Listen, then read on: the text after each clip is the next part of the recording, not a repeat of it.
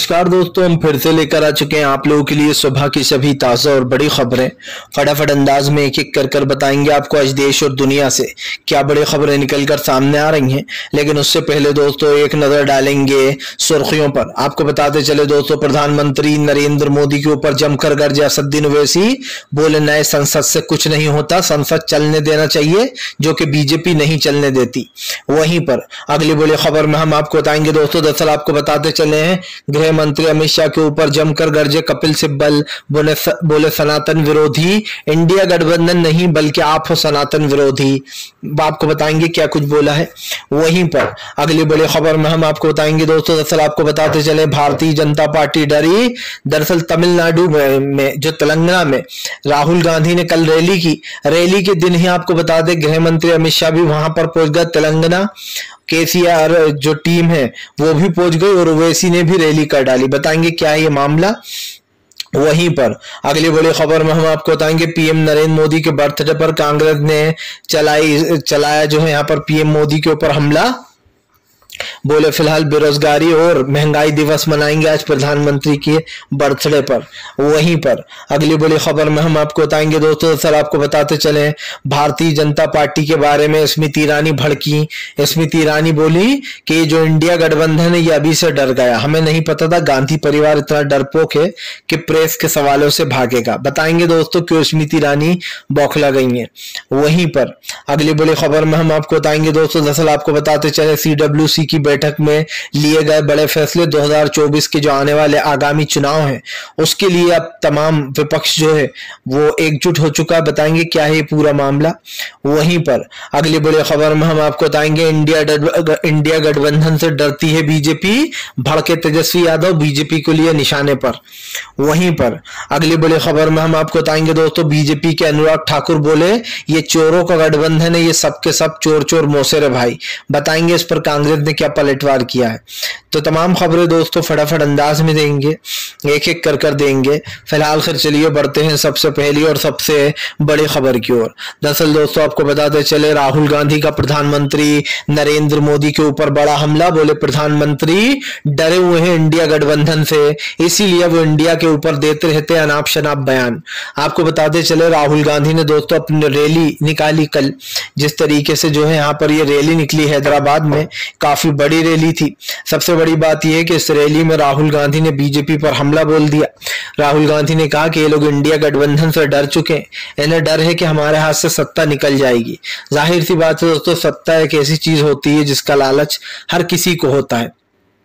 प्रधानमंत्री के ऊपर राहुल गांधी ने गरजते हुए कहा कि इंडिया गठबंधन से इतना डर गए हैं ये लोग कि अब इंडिया को के नाम तक बदलने पर आमेदा हो चुके हैं। राहुल गांधी ने कहा कि चाहे प्रधानमंत्री कुछ भी कर ले, मैं उन्हें लिख कर देता हूं, अगर वो आज नहीं कल भी चुनाव करा लें तो वो हार जाएंगे चुनाव। राहुल गांधी ने कहा कि तमाम विपक्ष एकजुट है और हमारे पास 60% वोट शेयर है तो बीजेपी के पास महज 40% है। ऐसे में तमाम चाहे वो कितनी भी कोशिशें कर ले वो जीत नहीं पाएंगे। आपको बताते चले दोस्तों 2024 के चुनाव को लेकर विपक्ष वर्सेस मोदी हो रखा है। ऐसे में प्रधानमंत्री मोदी को डर तो लग ही रहा है। इस बात को झुटलाया नहीं जा सकता कि 2024 का चुनाव दोस्तों बीजेपी के लिए अंत बनने वाला है। इसका सबसे बड़ा रीजन ये है कि बीजेपी ने उन तमाम पार्टियों को किल्पा कर एक कर दिया है जो बड़ी पार्टियां हैं। अगर आप एनडीए के गठबंधन की पार्टियों को देखेंगे तो कोई भी जोरदार नहीं है उसमें। एनडीए में जो बीजेपी का एनडीए है उसमें आप देख लीजिए कौन है बड़ा दल, एक भी बड़ा दल आपको दिखाई नहीं देगा। लेकिन अगर हम बात करें विपक्षी एक दल की तो इसमें तमाम बड़े जो जिनको पहचानते हैं दोस्तों लोग नाम से, जिनके चेहरे लोग पहचानते हैं, चाहे वो ममता बनर्जी हो, अरविंद केजरीवाल हो, तेजस्वी यादव हो, नीतीश कुमार हो, लालू प्रसाद यादव हो, या फिर दोस्तों शरद पवार हो, उद्धव ठाकरे हो, तमाम बड़े नेता जो है इस गठबंधन में है। लेकिन बीजेपी के एनडीए में कोई भी बड़ा नेता नहीं है। इसका सबसे बड़ा रीजन मतलब ये आप यहीं से समझ लीजिए कि किसका गठबंधन मजबूत है और किसका कमजोर है। चलिए बढ़ते हैं एक और अगली बिग ब्रेकिंग की तरफ। बता दोस्तों अगली जो बड़ी खबर निकल कर आ रही है, असदुद्दीन ओवैसी का बीजेपी के ऊपर बड़ा हमला।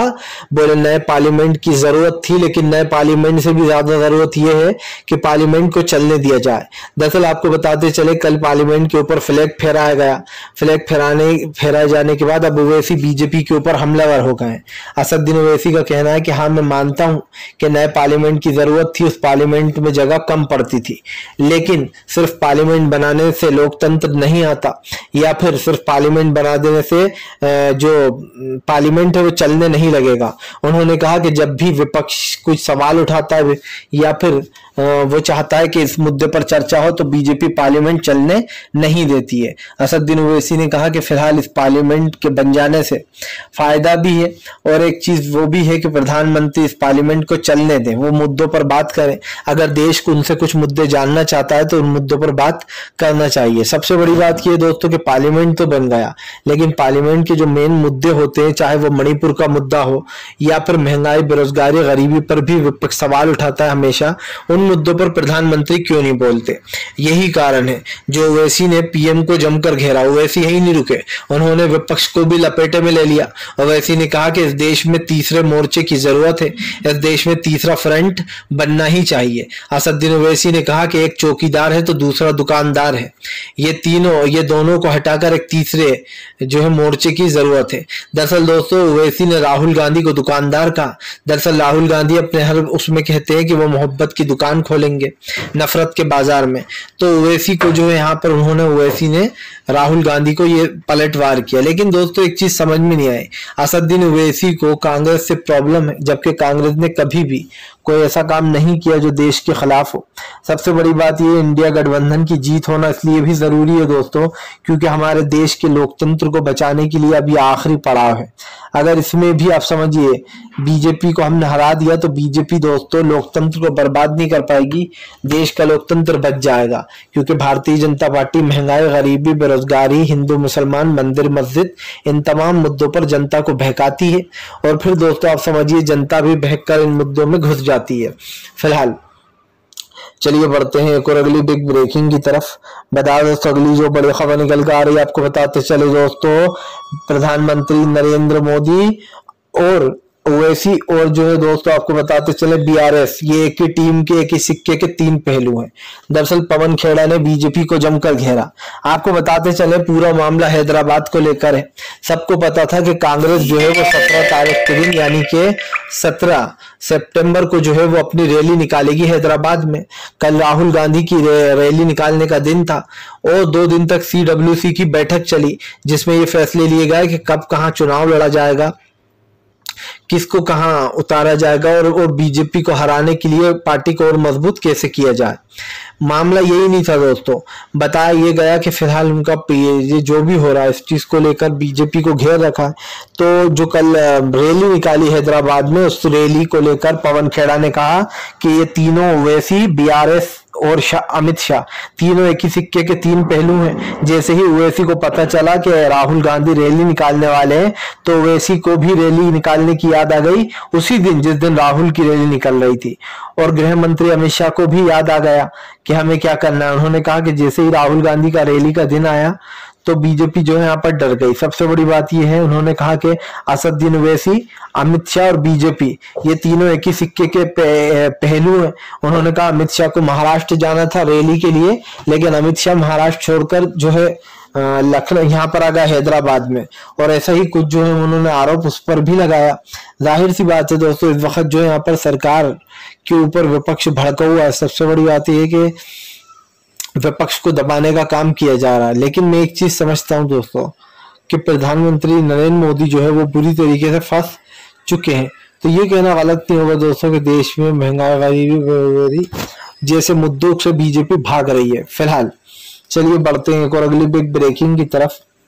बता दोस्तों अगली जो बड़ी खबर निकल कर आ रही है, आपको बताते चले दोस्तों, भारतीय जनता पार्टी के ऊपर जमकर गरजते हुए नजर आए। आपको बता दें सुप्रीम नेता स्मृति ईरानी को लिया लपेटे में।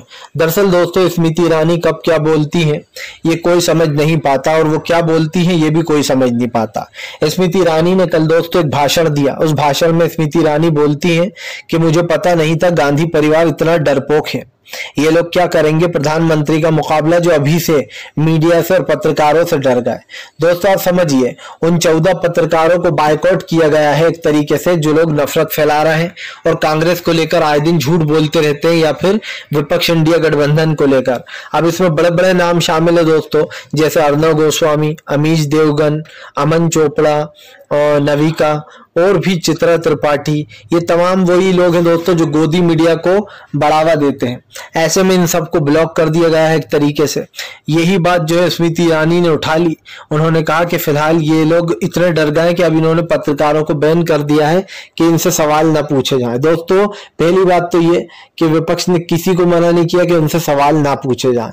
दूसरी बात ये कि हाँ ये सब कुछ किया गया है, लेकिन वो क्यों किया गया है, ताकि दोस्तों ये जो बीजेपी है जो नफरत फैला रही है, जो देश में जिस तरीके काम चल रहा है उसमें टांगे अड़ा रही है, उसको लेकर कहीं ना कहीं स्मृति ईरानी घिर गई। अब लोगों ने सवाल पूछा है कि स्मृति ईरानी पहले प्रधानमंत्री मोदी से जाकर पूछें कि वो 7 साल में एक भी बार रवीश कुमार के पास क्यों नहीं गए इंटरव्यू देने, या फिर उन्होंने एनडीटीवी को एक भी इंटरव्यू क्यों नहीं दिया। यही नहीं दोस्तों, बीजेपी ने अपने सारे बड़े मंत्रियों को मना कर रखा था कि कोई भी एनडीटीवी पर अपना जो इंटरव्यू है वो ना दे, क्योंकि जाहिर सी बात है एनडीटीवी एक ईमानदार चैनल था दोस्तों, उसमें रवीश कुमार सर काम करते थे। हालांकि अब उन्होंने एनडीटीवी छोड़ दिया है, यूट्यूब पर आ गए।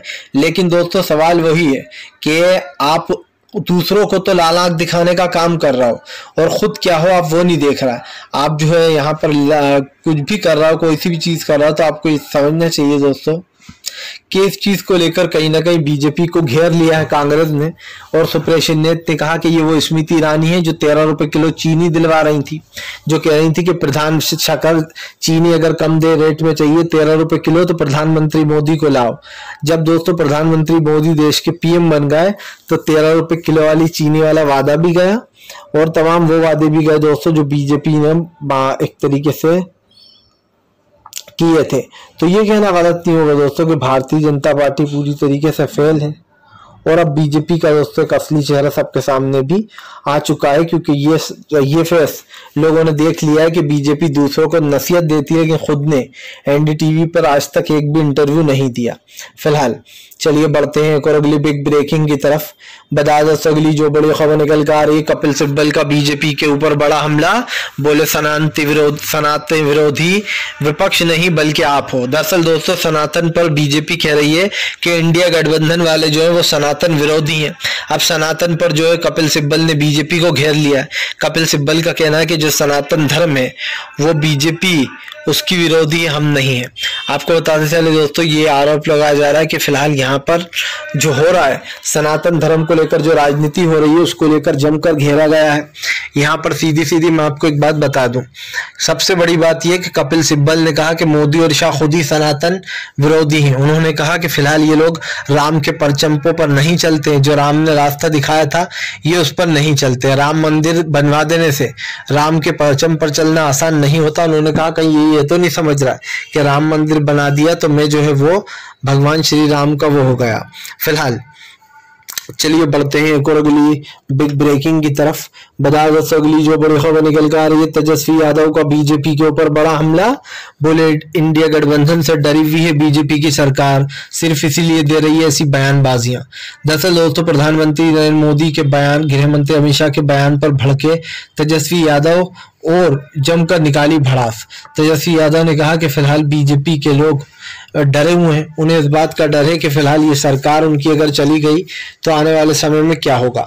आपको बताते चले तेजस्वी यादव ने कहा कि भाई भारतीय जनता पार्टी की बातों पर वैसे और देने की जरूरत नहीं है, उनका तो काम ही है इस तरीके की इधर उधर की बातें करो और जनता को मेन मुद्दों से भटका दो।